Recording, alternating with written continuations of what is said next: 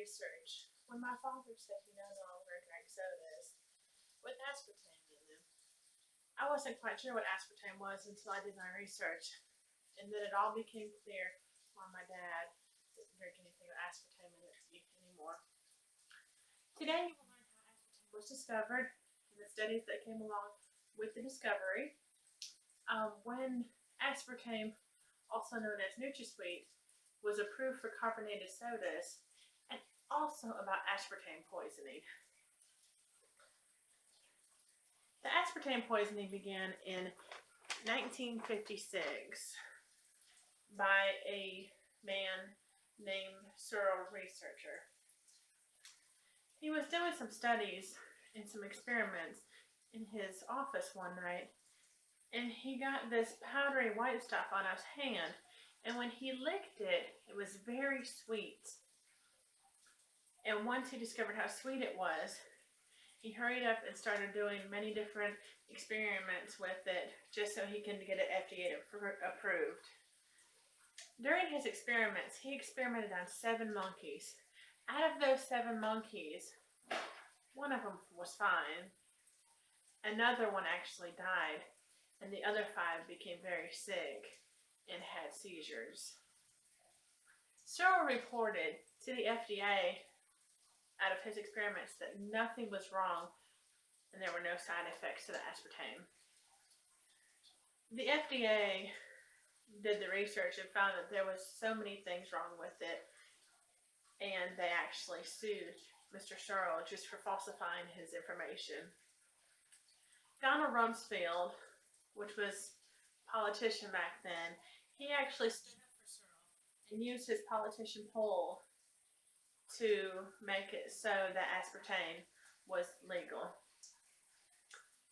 Aspartame, also known as NutraSweet and different artificial flavorings, needed to be approved.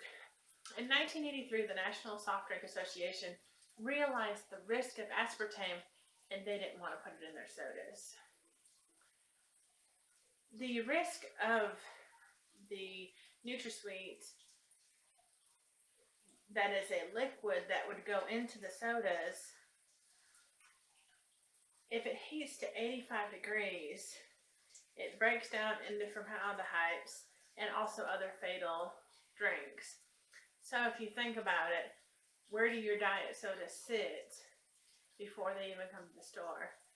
I'd say they sit in some factories in some warm places that would probably go above 85 degrees. So I'd be very careful with that. Once the National Soft Drink Association saw that aspartame was very bad, they didn't want to put aspartame in their sodas. But they were unable to stop, and Coke introduced Diet Coke with aspartame as its main ingredient. Now, some things that you probably have not heard of is aspartame poisoning. I've never heard of it before. I did my research on this project.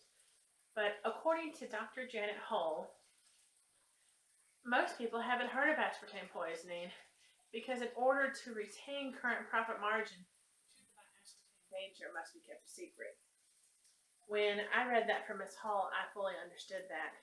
If people would actually know what they're putting in their body, I bet they wouldn't want to drink it. In a 1976 Growler's Encyclopedia states that cancer can't live with formaldehyde.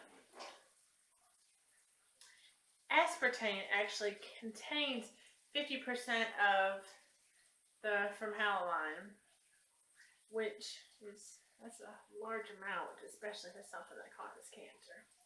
And it also contains 40% of the aspartic acid. Aspartame has listed at least 91 different health complications.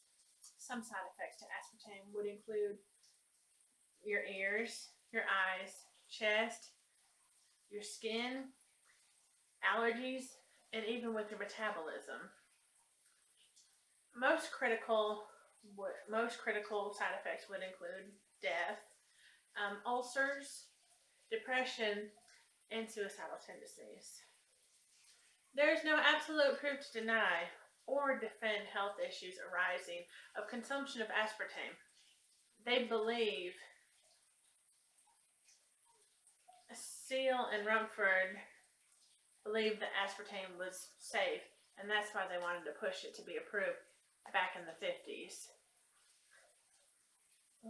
And aspartame, which also a NutraSweet, discovered its first drink in 1983, which was a Diet Coke, and then also about aspartame poisoning. I truly believe aspartame is a hazardous health risk if consumed. So, would you like a drink of some Diet Coke today?